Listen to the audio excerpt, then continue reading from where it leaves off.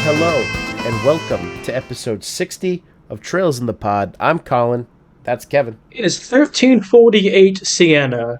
Plague is rising. Untold death, destruction, and despair. Who knows if or when Christendom will ever recover. But we do have one thing of the times flagellation, because Colin is going to take a whip and horsehair shirt and just beg forgiveness for his sins. Over to you, Colin. I was wondering where the fuck you were going with the Black Plague metaphor. So attentive listeners might have realized something that happened this month in which we released 2 episodes. We announced a new schedule that we were scaling back production by 1 episode a month in order to make room for my busier schedule. And then we promptly neglected that schedule and didn't release an episode last week, and we're releasing this episode this week. And so I want to explain a little bit what's going on short term with that, and then also how we're going to deal with things going forward. I'll try to be brief, but on the macro scale, I'm trying to go in the academic job market. I'm teaching 2 classes. I'm now redesigning one of those classes because I don't think I designed it right the first time. My job is taking up a tremendous amount of my time, and applying for new jobs takes about as much time as my job actually does, not to mention the fact that I need to be doing research as well, which I've been struggling to make time for. The reason why this episode in particular was a week late is because the week that I was going to plow through the book that we read to prepare for this episode, I get into the office on Monday. And Kevin, do you know what email I got? I assume you got several emails. I did, but I got one in particular. And that email said, "Dear Colin, please submit the title and course description of the course you're going to teach next semester by the end of the day." And this was a surprise to me, because nobody told me that I would have to do it so early, because nobody knew we'd have to do it so early. We got surprised by it. Look, I'm not trying to be sarcastic about the Knight Institute in this public-facing podcast, but what I am saying is that caught me off guard, and so all of the time, I managed to negotiate it down so that I had a couple of days to think about what I was teaching, but I had to spend all of my time that I would have spent reading The Great Game and thinking about Afghanistan and Britain and Russia, and instead thinking about what the fuck I was going to teach next semester, which I'm still haven't quite nailed down, but I got enough down that I could submit. I posted on Twitter that I did play through Doki Doki Literature Club, which took me an evening to do. Terrifying game. But that was the only game I have played in the past month. A little bit of Sea of Stars, but not that much. So I'm hoping that things will stabilize soon and that I can get back to, the rhythm of being able to balance both the podcast and my job.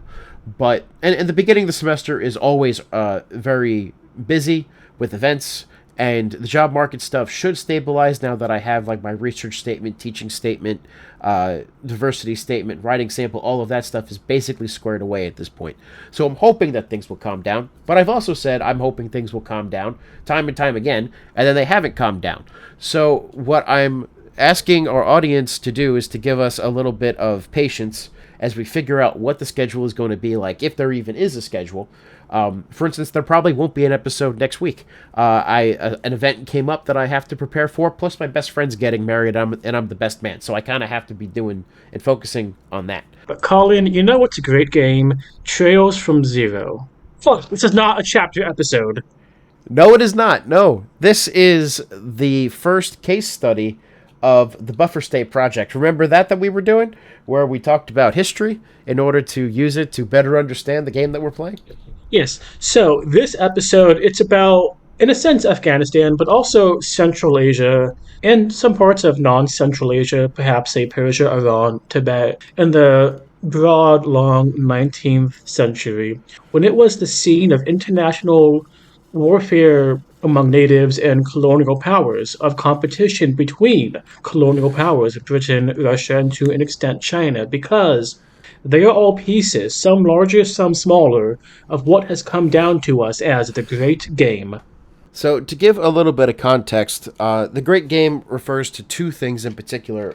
One, it refers to this international contest that we will be talking about but it also refers to the title of the book that we read in order to talk about it, entitled The Great Game: The Struggle for Empire in Central Asia by Peter Hopkirk. Just a brief note about this book.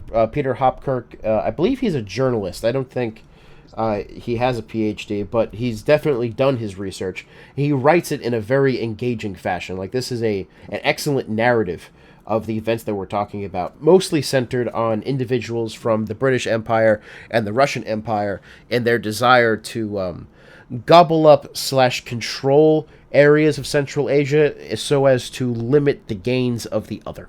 How did you feel reading the book, Kevin? Because I think you had read this book before. Yeah, I listened to it on audiobook a couple months ago and then reread it, well, read it for the first time in physical form in preparation for the podcast. I think it's a great book. It's exciting characters. You get history and background and narrative of an immensely exciting and I think interesting and important topic and place of modern history. Yeah, I agree. I read a lot of history, right? So do you. And sometimes you get a history book where you sit down and you say, okay, I have to read this, right? And you read it because you know it's important, you know that there's good stuff in it, but it's not like it's grabbing you. You choose to read it. With Hopkirk, the opposite is true. In that, like, I have stayed up to 1 a.m. laying in bed reading it because it reads almost more like a storybook than a history book. And in that case, you might say that some analysis kind of gets lost, which I think is fair. But in terms of just letting your mind reside in the long 19th century and kind of understand the motivations and the desires, especially of the central characters from Russia and Britain, Hopkirk does a really good job at bringing them out and humanizing his story, as opposed to just describing it from the top down as if doing a play-by-play of an esports or a chess game. It's a great story. It raises a lot of questions and topics for fertile debate, and I think we've identified a couple of ones where we have, if not opposing, at least divergent perspectives that should make a very interesting podcast where we explain and talk about the great game about Central Asia in this time and place on its own, and then we'll connect it to the Crossbell, the game that we're playing in Crossbell City and its geopolitical situation that we've seen over the course of 2+ chapters as of now. I think we might debate if we can do that because I'm not convinced that we can, but we will talk about that when we get there. Maybe you have points to make that I haven't thought of. But why don't we set the groundwork first? Because we've talked around what the Great Game is, but we haven't talked about specifically what Britain and Russia are trying to do and why are they trying to do it. So why don't you talk to us first from the Russian perspective, and then I can talk about what the Brits are trying to do. So what we have, Russia is a colonial power. It has been for centuries, since the 1300s. But they didn't engage in colonialism like, say, France, England did, sending off fleets to go conquer, or Spain, conquer the New World, Africa, South Asia. Russia expanded eastward into Siberia, slowly gobbling up thousands upon thousands of square miles until it eventually reached the Pacific Ocean and in the late 1700s began to turn its eyes southward into the fertile oasis valleys of Central Asia.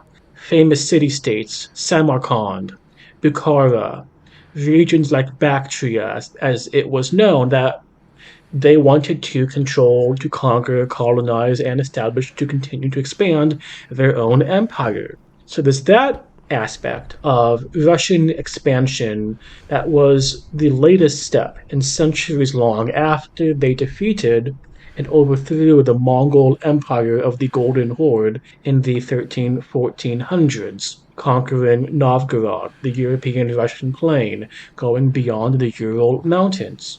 It's a centuries-long endeavor that's similar to and also different from colonialism and just imperialism in general.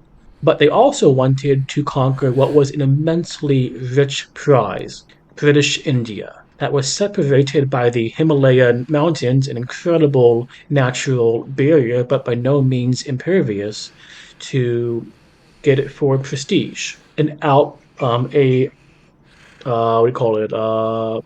Place to sell manufactured goods within nascent factories. Some mercantilism. Get warm water ports in the Indian Ocean that they lacked, that they wanted in the Black Sea, in the Mediterranean, the Indian Ocean, the Pacific, so on and so forth. So Russia played the game because it was what they had been doing for centuries, conquering east and then south, but also as the British gained control of India and the wealth of India became intelligible and people began to realize how much money there was to be made. That was also a factor for the intensification of the program and the beginning of direct imperial competition in the late 18th, but really in the 19th centuries. Yeah, exactly. And I think that this is a good segue to then talk about the British perspective. Because as Kevin pointed out, Russia is expanding, into Siberia, down into Central Asia, whereas the Brits are doing what we most traditionally think of as colonialism by settling new lands, going to far-flung areas of the world, but just because, okay, they established colonies in America, but that's not the only form of colonialism that they did. They also sought to move into incredibly rich areas and start to control trade. And the most famous instance of this is British India. Initially, this starts off as a private company sponsored by the government, but run privately, I believe, the East India Trading Company. But then over time, as the East India Trading Company acquires more and more political dominance in India itself in order to facilitate its trading business, eventually it gets incorporated into the British state, and Britain declares itself to be an empire. That empire including the Kingdom of India. They don't control the entire subcontinent, at least at the time this book is taking place. They don't control the entirety of the subcontinent. They have good relations with other rulers on the continent. But they control a huge part of it. Especially they are invested in the areas that are bordering the Hindu Kush, which is the other mountain range. This is on the border with Afghanistan, that the Brits are afraid could be invaded were somebody to have control of the other side. So their role in the Great Game is less about expansion outside of British India, but rather keeping the places where they are afraid a foreign power, mostly Russia, could invade in times of war. Maybe not even necessarily war over British India. For instance, during this time period, the Russians and the Brits are on opposing sides of the Crimean War. And one of the fears from the British side is that in order to keep the Brits from fighting on the front with the Ottoman against the Russians in their war against the Ottoman Empire, that the Russians might send a small diversionary force through the Hindu Kush into British India, which would distract a large portion of their forces and disrupt their logistics. So for the Brits, the goal is more, at least as far as I can tell, it's about defending what they have and defensively limiting the expansion of Russia in order to therefore protect the stuff that they already have in India. Do you have anything that you want to add to my brief description? I want to add the something that we'll be talking about. How much of expanding imperial frontiers, was it planned? How much was it in response to perceived or real Russian fears? How much of the fears were based in reality? Why were they doing what they were doing? And to what extent did the, geography play a role? How realistic was it to be afraid Russia's going to send an army from Moscow to Bombay? That's something we'll be talking about. Right. This is something that we disagree with a lot. We've argued about it on Facebook Messenger, and I think we're going to have to hash it out here. Why don't you state your position on? So, imagine you're a British officer. You are trying to figure out what is the best policy to defend India, and The decision that the Brits decide to do is to expand their influence into Afghanistan in order to keep the border with the Hindu Kush mountain range under friendly control. My impression is that you don't think that this was a necessary step. So I'm a bit divided on the subject. So I understand where the forward policy of we can best defend British India by expanding our frontiers to more natural, defensible positions, mountain ranges, rivers, and so forth. I understand why they were doing what they were doing. But the fears of a Russian invasion, to me, comes from flattened maps, people not understanding what the Himalayas are, what the Central Asian desert is. It's not based in reality, and that's that. And that's that. Okay, well, we're going to have to talk a bit about that because I am a bit more sympathetic to. I'm just pulling up a map of India now so that I can get a good handle on the geography. But I'm a bit more sympathetic to the British ideas here, especially since you keep talking about the Himalayas, but we have to remember that they're not that concerned with the borders on the Himalayas. They're mostly concerned with the border with Afghanistan, which is the Hindu Kush mountain range, right? Which is still really tall, really mountainous. There's a couple of passes that you can get through, but it's not as prohibitive as the Himalayan mountain range. For instance, okay, so you talk about how this fear that the Russians could invade through from Moscow to Bombay are unfounded because of two reasons. A, the prohibitive nature of travel from Russian strongholds to, like, through the deserts into India, which is true so long as you don't have friendly ports that can help you, which is something that they have been acquiring by conquering so many Central Asian states. And you think that you say the Himalayas, but that the mountain ranges around it would be prohibitive for a large logistics-based army to march through. And I would counter with Alexander the Great marched through the Hindu Kush into the Indus River Valley in like 322 BCE. Somehow I think the Russians probably have better logistics or command of maps and knowing where they're going than Alexander the Great did. And Alexander the Great did successfully make that invasion. Now, he was assassinated by his own troops after, but he still did it. Well, let's not get into that can of worms. No, but I think we have to because you have to answer the question, why wouldn't the Russians be able to... Well, okay, whether he was assassinated or just died of liver disease because of his drinking, that we don't know. It's a source problem. But the more important point is that if Alexander the Great can march a pre-modern army through Iran and Afghanistan and Pakistan into India, then don't you think that the Russians, with their technology and better command of geography, would be able to do it? No, Why not? no.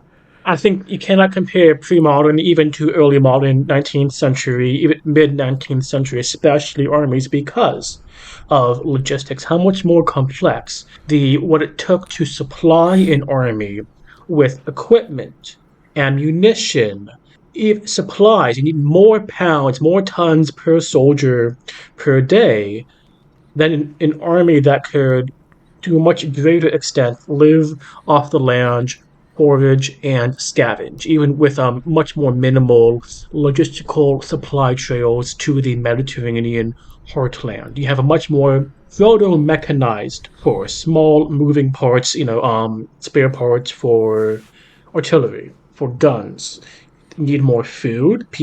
They were better nutrition, so need more food, taller, heavier, just more.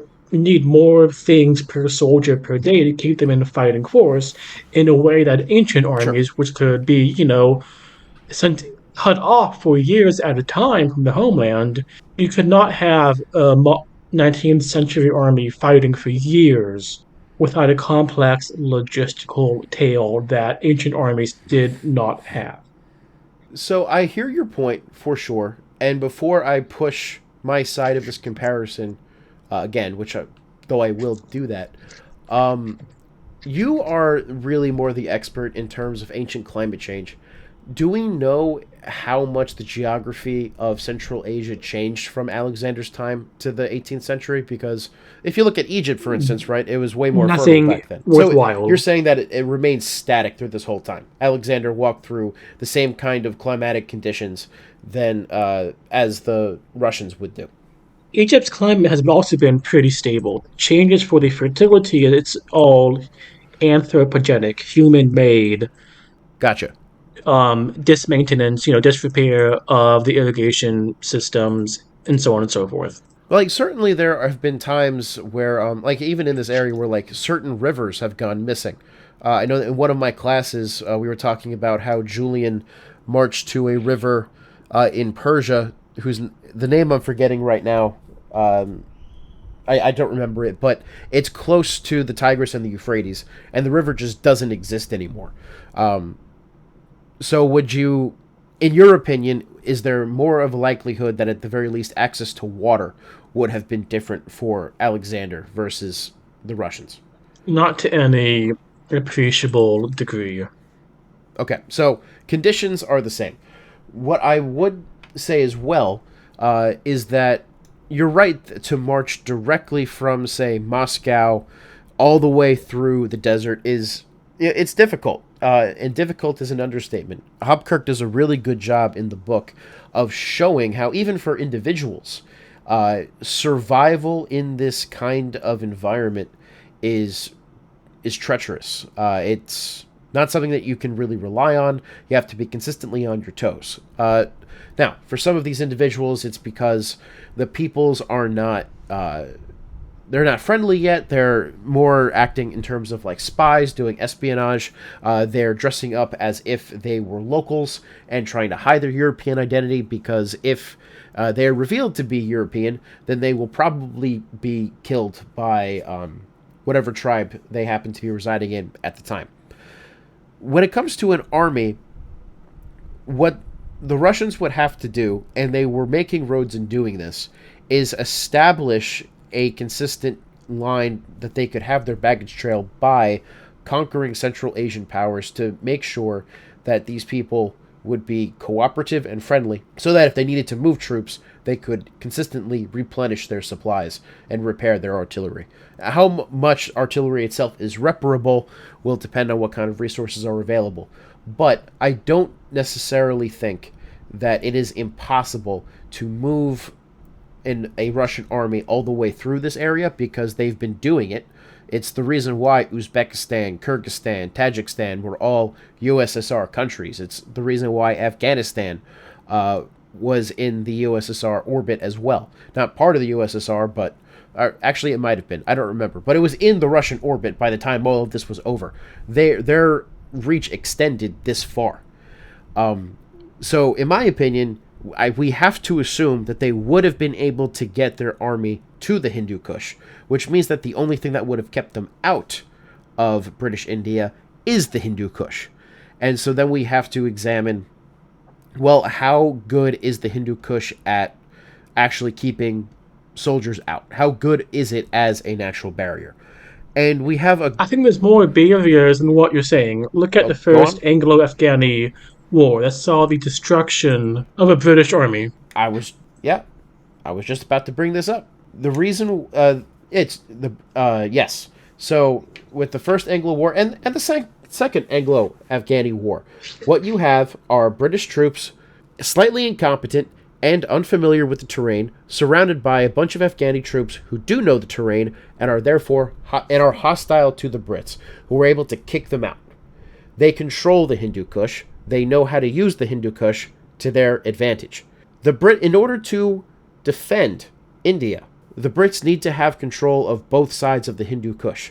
If the Russians have the Afghanis on their side, then that negates, in my opinion, that largely negates the natural barrier status of the Hindu Kush, precisely for the reasons that you're pointing out. But you don't have an industrial base in Central Asia to supply a modern, what the army that the Russians, if they were to send one, would send one. How do you get supplies, food, ammunition, equipment from the factories west of the Urals to the Hindu Kush in quantities and enough quantities over that distance to supply an army in fighting. The Brits found it very difficult to get it from their Indian factories and their Indian Well, ports a much shorter distance to the frontiers. which is one of the reasons why they don't expand that much. But clearly, the Russians are able to do something like that because they do expand out this far. And Yes, but as we see, it's small don't they armies. start building railroads as well? Yeah, and we see that happen in the late 19th and early 20th centuries, but that still it alleviates the problem but does not solve it. Because also the Brits had a denser rail network in British India. So let me ask you this question then. I'm not really convinced by your arguments, and the reason why I'm not convinced by your arguments is because unlike, like me and you have not been to India, we've not been to Pakistan or Afghanistan.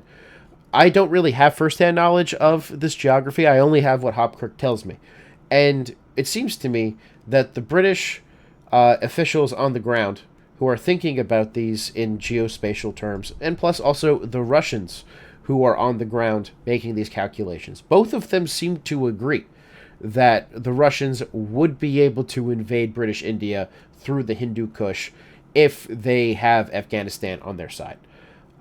So, in your opinion, if they're wrong, why do you think that? Did they have that good geographical knowledge? The bureaucrats in Bombay and Calcutta and later New Delhi, that's not the same as having knowledge of the Northwest frontiers. And we saw that play out in the first Anglo Afghan War when, on the way back from Kabul, when John Connolly's army, Robert Salisbury, and so forth, saw it destroyed. And fighting in the Ganges Plain in central India and the Deccan Plateau is much different than fighting in the Northwest. And we saw that in Popkirk's book several times, how the agents on the ground would often describe situations or events or geographies to higher ups in the Indian office, before that in the East India Company, and they seem like to be in a different world. I can agree with you on that, but I would also point out that all of these explorers that are going out and charting these new to them areas, are sent out there for the express purpose of determining would a Russian army be able to penetrate British India, and I'm fairly certain they all come to the conclusion that yes, they would be able to. We never saw it play out in reality, so I'll grant that the consensus that it could happen does mean something, but I will still and stubbornly say that would it have been able? Who knows? I mean, we saw, say, look at the Ukrainian war, a huge delta between military capabilities in execution and in theory. I mean, that is certainly true. And there's a lot of parallels between the current situation with Russia and Ukraine, and even in this time period between Russia and fighting against the Ottomans in the Crimean War. Russia does have the tendency, it seems, to do two things in continuity. A, be way too overconfident and also express their overconfidence and get people to believe their overconfidence in the strength of their army. That falls apart once it is put to the test in a larger conflict. They are pretty good at using small forces to conquer much, much weaker areas, in the same way that we've seen Putin take over areas in Georgia or even in Crimea when the Ukrainians did not really fight back that much. But then once they fight against a larger power, the difference between people's expectations and what they can actually support does seem to crumble. The other thing that the Russians do, and they do this a lot in Hobkirk, and it's very similar to the Ukrainian situation, is that on the one hand, they'll turn around to the Brits and say, we're not planning to expand, we're not planning to go to war, don't worry about it. Meanwhile, they are actively doing the exact opposite of what they said. Just as how Putin kept declaring, we are not going to go to war with Ukraine, we're not going to go to war with Ukraine, we have now invaded Ukraine, we are not at war with Ukraine.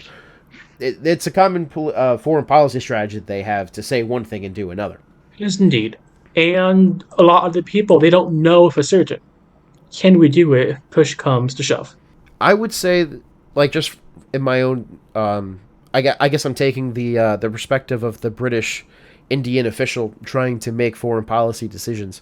I think that even if I thought it was doubtful that they could come and invade British India, I would still want to make sure that that couldn't happen by having control of the other side of the Hindu Kush, by having a friendly ruler on the throne of Afghanistan, rather than just hoping that geography would beat them. Because you also have to remember that these guys had seen like Napoleon's invasion of Russia, which was a well, I guess this is actually counter argument to me, but I was gonna say, Colin, what was the outcome of that invasion? no. And then what I was going to bring out is that that was a good example of how geography does manage to beat an invading army.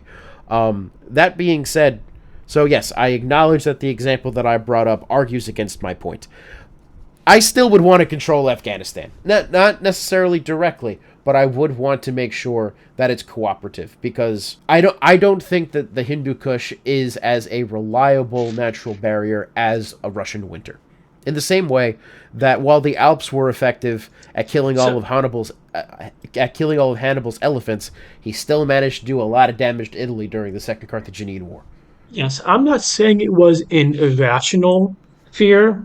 What I'm saying is two things. One, propagated by people who did not have firsthand experience with the geography. And two, if push came to shove, I think that the geographical limitations would have played an immense impact in any hostilities, much more than what all of the parties involved would have given consideration in their war games, in their plans and fears. I understand why the forward policy went up to where it did.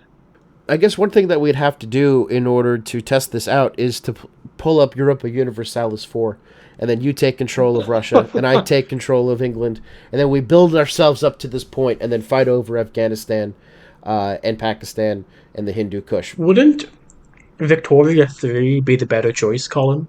Perhaps, but I brought up Shaking my head, shaking my I head. brought up Europa Universalis 4 in order to segue to something else that I found kind of interesting about the difference between British policy and Russian policy in terms of handling these buffer states. In that, the Russians conquered a lot of these states.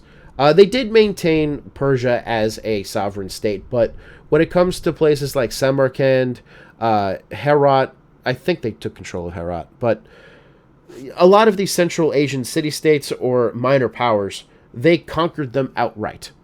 They kept them around for a little bit, but eventually made them swear fealty to the Tsar and treated them as if they owned that territory. The definition of Russian territory expanded through Central Asia, increasing the size of their borders.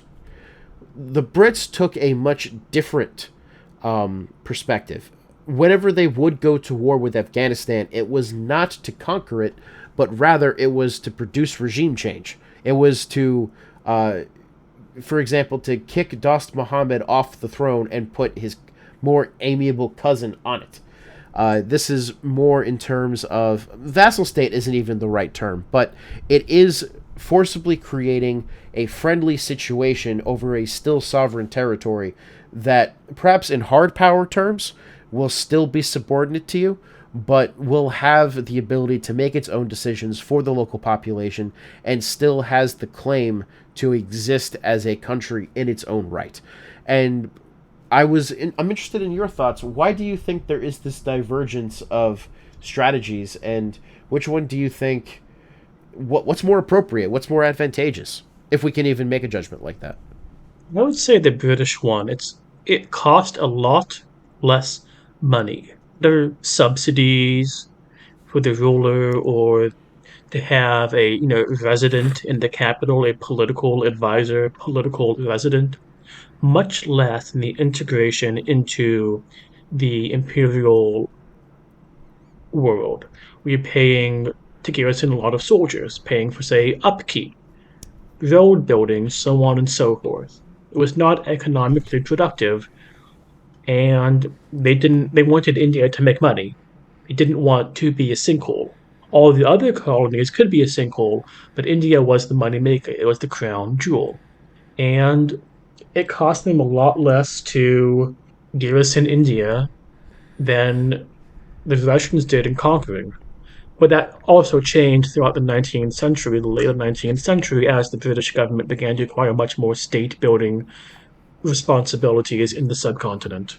So the advantages that I can see to like the Afghanistan example is that local people are more easily controlled by having local rulers, right? It's one thing to have, it's one thing to say like, okay, my Indeed, king is friendly indeed. to the British, it's or even imposed probably, then they would not be happy with that. And by people here, I mean elites. I don't really mean like the people on the ground because I'm a huge skeptic in the people, capital P, having a huge a gentle role in authoritarian or non-democratic regimes to a point. We can have a whole episode on that. So when I'm talking about the Afghani people, what I really mean are the notables that actually are playing the game of politics. It's a lot easier for them to accept a ruler of their own culture that is friendly to the British rather than accepting British control because the Brits don't speak the same language, don't have the same customs. There would be a lot of friction. It's not impossible. I mean, after all, it's not like the Indians speak the same language as the Brits. They are a colonial power in India. And they have to, the Brits do have to then expend a lot of resources to maintain their control over India. Using both, I suppose, beneficiary inducements and then also hitting them with a large stick from time to time. So, in that sense, I agree.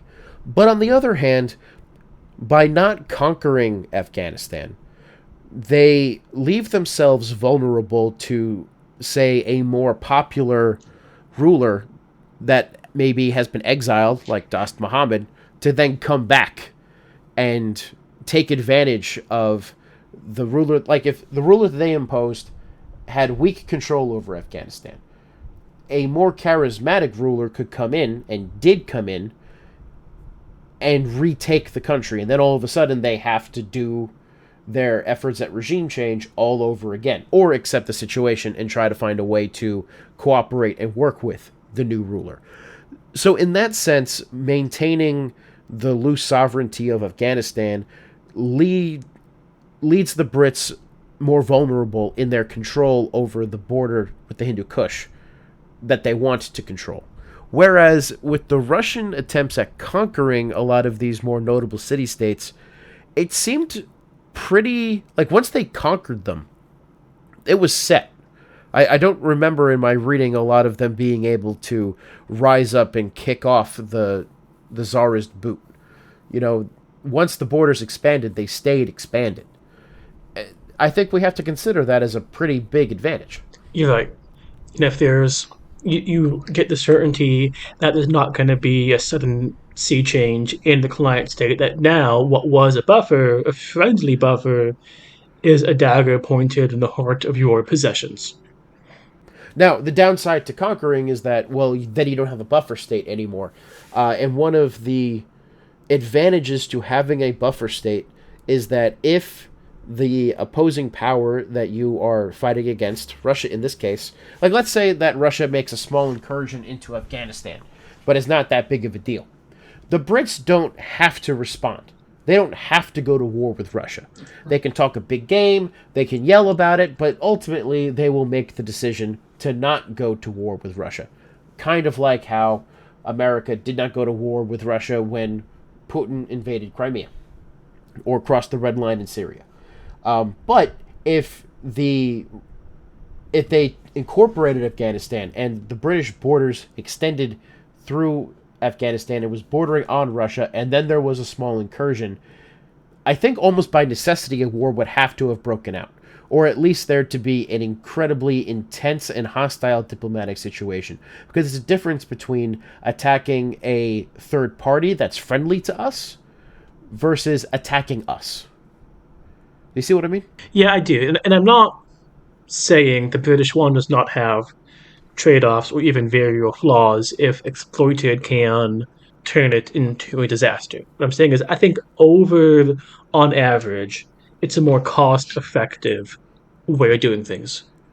Yeah, yeah, yeah. Yeah. Yeah, yeah. I mean, I wasn't with that point about Afghanistan. I was kind of arguing on your side, even pointing out an additional advantage to keeping Afghanistan a buffer state rather than incorporating them into British territory. But I think that questions like these are going to be important to consider as we keep talking about buffer states, because one of the features, or not feature is not the right word, but one of the traits or properties of being a buffer state is that your sovereignty is almost always under threat to some degree. And your ability to maintain that sovereignty is, I would say, somewhere between 75 to 90% dictated by the whims of the powers around you. We're going to argue about, I guess, agency of the buffer state in a second, or at least I hope that we do. But we yeah, okay. But we always have to ask ourselves the question of, why does a great power decide to keep a buffer state around rather than conquering it outright? Because most buffer states end up dying. Most of them end up incorporated by somebody else. The ones that survive are the exception. Yeah, okay, but let me say one thing. Over a long enough time scale, But at the centennial level, I think yeah, that's the yeah. fate of a lot of realms. Um, like I would say the Bourbon Kingdom of France is substantively not the same Oh as say, the yeah, for French sure. Republic, the Second French Empire, the Fifth Republic. What say that there's going to be?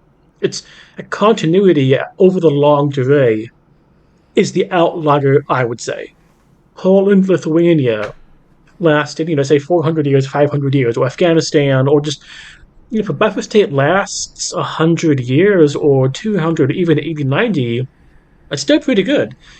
Before the 45 kind of stasis, post 45 stasis, even medium and great powers could fall. If this makes sense. I'm not saying it's the same, but I mean, I hear you, but what I'm saying is that if one of the duties of a state is to survive, I mean, you're right to is it a point out duty? that the bourbon.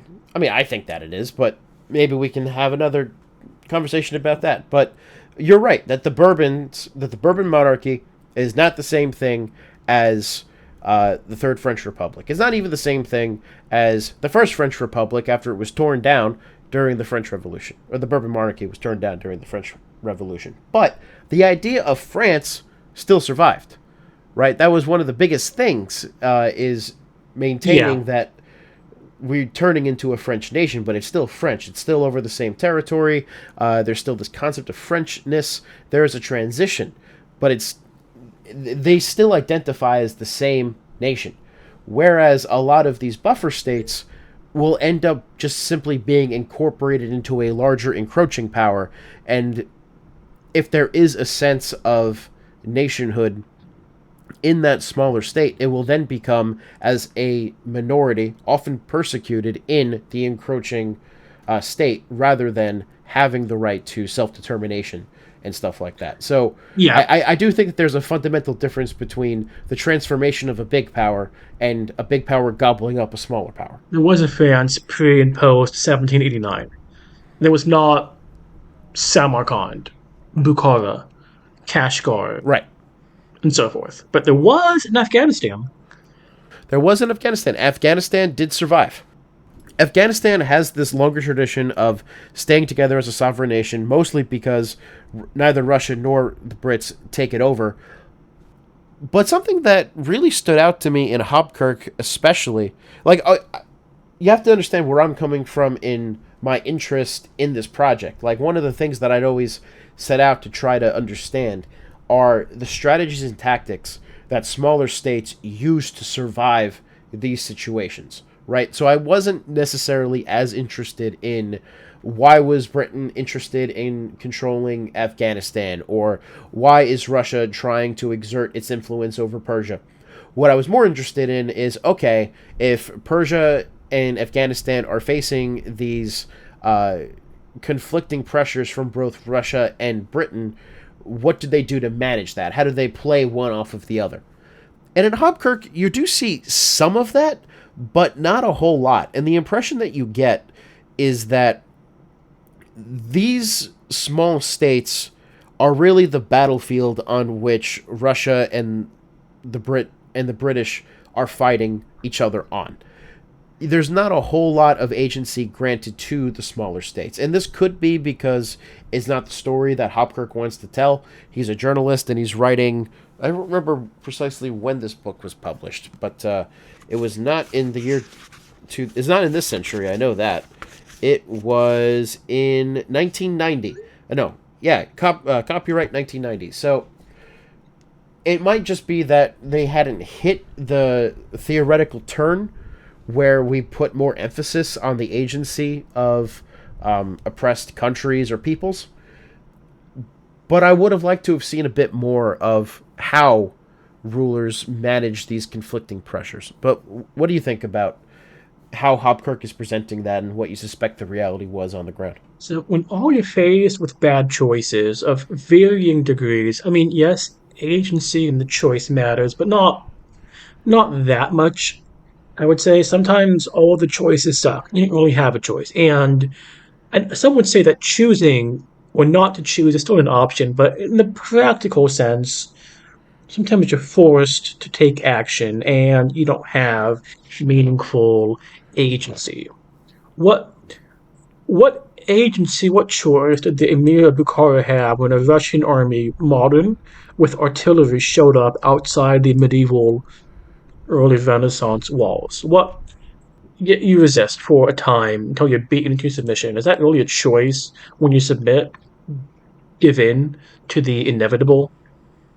Yeah, I mean, I suppose that choice, at that point, the choice becomes do I fight now for quote unquote irrational reasons, such as honor, the expectations of your people, maybe a desire for a miracle, or do you give in immediately to save the lives of your people and hope to throw yourselves at the mercy of the encroaching power? I mean, this is straight out of Thucydides' Melian dialogue, as you know, because on our doc you've already written out the strong do as they like, the weak suffer as they must. But I guess when I'm thinking about agency of smaller states, it has less to do. Sorry, it has less to do with the moment to moment. Okay, the Russians are at my door with artillery and troops, and they're intent on invading, and more to do with the choices that led up to the political structure that allowed that to happen. Meaning, okay, I see that I'm the Emir of Bukhara, and I see that the Russians have a lot of interest in me. Maybe I try to cozy on up to the Brits a bit more, or I choose to cozy on up to the Russians in the hopes that that will mean that they don't invade. Like, seeing the pros and cons of these decisions from an analytical perspective, I would have liked to have seen. But we don't, like, in the portrait of... It's been a week since I've read this, so I apologize. I can't get as specific as you want me to get. But you see a lot of emotional decision-making in which you have, like, small diplomatic missions being sent to sway a ruler one way or the other. And in those moments, you can see how the different emirs and rulers are trying to decide with whom they should ally with. But it seems to be more like which diplomat did their job better. Who came off as more charming, who was able to communicate better. And that it's less focused on the actual realpolitik decision-making from the perspective of the rulers themselves. I guess that's what I'm missing. And I wonder how much of that is a linguistic in unproficiency in the Central Asian languages, or lack of access to the archival material or databases in the pre-internet world. You know what I'm saying? Yeah, I mean, one thing that we have to keep in mind is that this book was written in 1990, right? Which means that all of those archives would have been under the control of Soviet republics. Yes, yes. Whether they would have whether they would have allowed him to go in there, we don't know. He clearly has access to a lot of Russian sources, but probably also a lot of published Russian sources that had already been in Western libraries for a long time, even if they're in the original Russian language, which he clearly knows. Yes, That's I'm not not the problem. saying he's But he is relying monolingual. upon... No, he's definitely not monolingual, but he is definitely reliant on Russian and British sources. And I think that you've brought up a good point that his inability to bring in the analytical frames that I want him to could simply be a source problem. Yes, and as always, we engage with the book as it is written, not the one that we would have written ourselves. And sometimes that's tough. I don't know, man. I read some book reviews at the BMCR, and that's what they do sometimes. And I'll be writing a book review once Oxford University Press sends me the book. I'm going to have to really resist the temptation to do that, I have a feeling. Should we talk about, can we connect this to Crossbell? And Crossbell has some Yeah, let's talk about that natural briefly. boundaries and features, And you what? but it's a very prosperous, Yep. mostly independent city state between active contention between two imperial powers, but it has a very sophisticated, mature set of governmental institutions. Government, even the Guardian Force, the police department to an extent. It's technologically on par, if not more advanced in some aspects than Erebonia and Calvard. What does that relate to the Oasis states or Afghanistan or Kashgar of the 19th century? Mm, buffer states, Afghanistan between two imperial powers, but there's a lot different. There's a huge difference. I think, if anything, our first foray in the Buffer State project kind of emphasizes how unique Crossbell situation is. Even in the times where, like for example, Afghanistan is recognized as a buffer between British India and Russia by treaty. Even in that situation, there's not really a mutual respect for the role of the other in these states. Russia and Britain are at still trying to compete with one another, and not just through soft power, but through hard power as well, trying to get these buffer states to be on their side, or to conquer them outright. Persia, the same way. Yes, both Russia and the British recognize the Shah of Persia as a sovereign entity, but also then go out of their way to work him into little boxes where he has to choose the Brits or the Russians. Or in some cases, the Brits decide to just abandon him to the Russians because they don't feel like it's worth keeping up their relationship with the Persians, and then the Russians can walk all over the Shah. What you see there, I mean, we see elements of this in Crossbell in when Dudley was talking about how foreign agents can come in from Calvert and from Erebonia and do as they like. And certainly there is like the Imperial faction in the Diet and the Calvert faction in the Diet. What we don't see is any attempt by the Erebonian or Calvardian military to step in and depose the speaker, not Speaker Hartman, Mayor McDowell. Like nobody's trying to overthrow Mayor McDowell. There are fortresses that are there and are threatening, but Crossbell has also been independent for 70 years, as we know from playing the beginnings of Chapter 3 when they're celebrating their 70th anniversary. There doesn't appear to be any serious attempt to bring Crossbell to one side or the other. There is simply an understanding that there is a stasis between the two sides, and that both Erebonia and Calvert have to work around that, but nobody's trying to like take Crossbell from the other. So, in my opinion, this is more a lesson in contrasts rather than seeing an exact parallel between Crossbell and any of the states that we've talked about so far.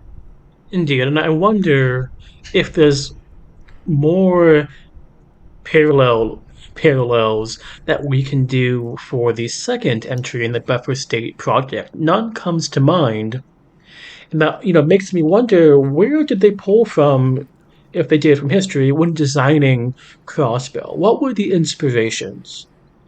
Because it seems to be, just off the top of our Yeah, heads, a really unique setting. exactly. And me and you had been like throwing around the idea of once we were done with this project, to do like a game studies paper.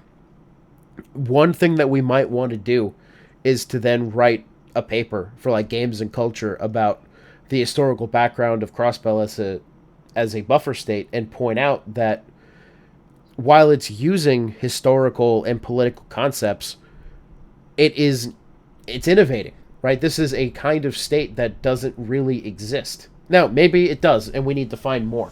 But it would be interesting if Falcom is presenting us with a type of polity that hasn't actually existed, and then we can see what kind of political ideas it's using Crossbell to think through.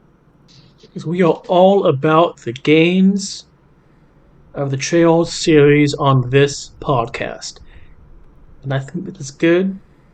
An opportunity to segue into concluding thoughts for this and what we'll be doing in the next episode. I mean, my concluding thoughts is I enjoyed our conversation. I also enjoy the fact that neither of us sounded robotic even once, so it seems like by not looking at your face, we have fixed that issue. But on a more serious note, it was a very interesting read, and I'm curious to see, by picking another case study, which is not the next episode, and we'll talk about what that case study is off camera. What I'm really excited to see is how much of the issues that we covered in this time period in the Great Game, how much will they differ from, say, the Roman and Persian competitions over Armenia, or how much something that has come up in our Twitter a lot. I don't think that you've seen it. Is people have been bringing up Taiwan as a parallel for Crossbell, which could be interesting to look at. And so something that I'm excited about looking at other case studies is to see how many of these common issues are really systematic to the idea of buffer states, and how many of them are contingent upon the historical realities in the time periods and political actors that are involved with. What are your concluding thoughts? My concluding thoughts are, to recapitulate, I'm more impressed with Crossbell after reading one of the emblematic buffer states imperial competition zones of modern history. I think the Great Game, most people with any interest in history would have heard of the Great Game. Even if they know nothing about it, it's an evocative phrase that you know. And it's clear that they did Yeah. not go for this E- model when designing it. And next episode will be chapter 3 of Trails from Zero, and it will drop when it will yes. drop. It'll be soon. Don't worry about that. But we don't have an exact Sunday, because this episode may drop October 1st. It may drop October 8th. And if it drops October 8th, and on the 15th, there's a very high likelihood we'll be seeing chapter 3, but we'll see how Colin's schedule is going. Indeed. So, again, thanks everybody for your patience as we figure out our schedule for this podcast, as I'm figuring out what the fuck I'm doing with my life. And Kevin, it's always good talking to you about politics. We haven't recorded in a long time, and I've missed this. So I'm glad that we could do it again. Can't wait for chapter 3 of Trails from Zero. There's some parts I like, some parts I do not understand the design choices. And I cannot wait to get your, I imagine, divergent opinion. But until then, that's for then. But for now, I'm Kevin. That's Colin. See you next time.